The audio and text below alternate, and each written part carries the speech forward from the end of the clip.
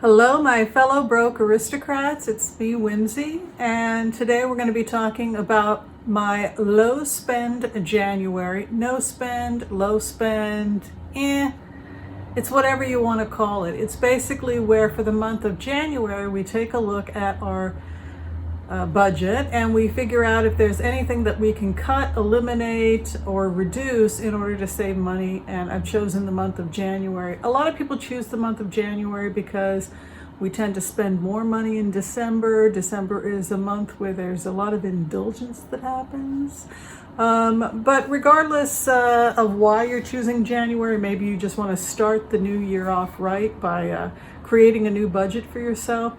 January is a great time to think about no spend, budgeting, being frugal, and getting yourself organized because it's just a great way to start the year. So when I am planning my no spend January, the first thing I do is I open up my computer and I take a look at my budget.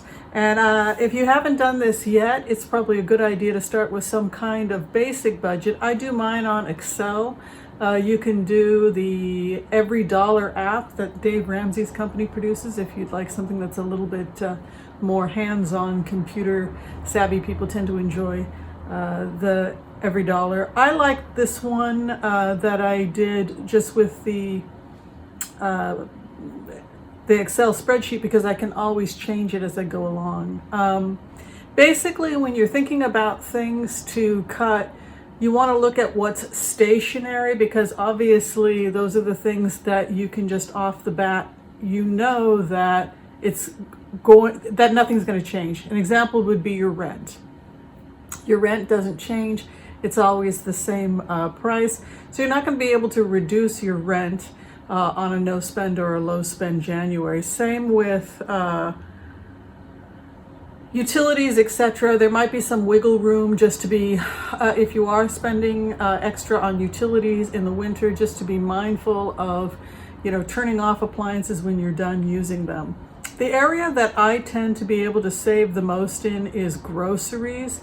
I have a certain amount that I budget for myself for groceries, but in the month of January, I tend to be really proactive about eating more simply, not having complicated meals, don't have huge recipe plans. Instead, you really want to use up what you already have. So what I do is I'll do an account and a reckoning of what's in my pantry, my refrigerator, my freezer, and I'll look at what I already have, and then I will plan a month worth of meals based on what those ingredients are, and then I will just add to those. And that's a great way to save a lot of money. It's winter time, so I tend to be cooking a lot of stews, like bean stews. I try to be mostly vegetarian. It's healthier to be mostly plant-based, but it's also more cost-effective. So I try to have one stew I make a week, sometimes two stews I make a week. I cook it in a big pot, and then I'll take out a little scoop of it and warm it up on the stove and then eat that throughout the week. And that's a great way to use up what you already have and save money on your groceries. For transportation, because I don't have a car, I'll take the bus, and I'll also use Uber. So if I'm trying to save money in a situation like that, I'll just take the bus or walk more in order to save a little bit of money.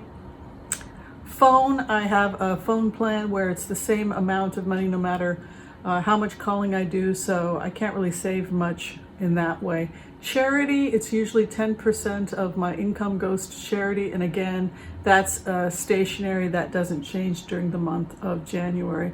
What does increase is my emergency fund. I usually try to put a couple $100 in savings every month, and usually on a no spend January, I can actually go above and beyond what my regular goals are. Areas that I cut for sure in January are self-care and beauty. I don't buy extra beauty products. Instead, I just try to use what I already have. I don't spend a lot on fun. I'm not going out to movies usually in January. I'm not going out and buying new clothes.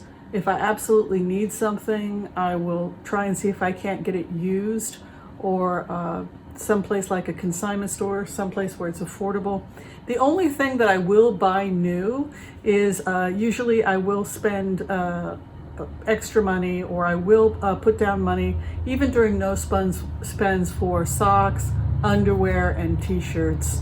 Those are the things that I do buy new. Everything else can be old. I don't really need to have brand new for that. So I cut the fun money. Like I said, that's definitely something I cut. How I travel can be cut. I can put a hold on dry cleaning and instead try and find cheaper ways to clean the clothes. Usually I'm able, just by going through my list, to save a few $100s a month. And that's, like I said, money that can go, if you're paying off debt, it can go to pay off debt.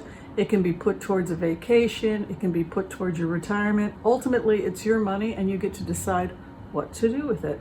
All right, I want to thank everybody for watching this quick video from Broke Aristocrats about how I'm planning my no-spend January. Be sure and tell me what you're doing for the month of January and what you're doing to take care of yourself without having to break that piggy bank. All right, thanks for watching, everyone. We'll see you next time. Take care. Bye.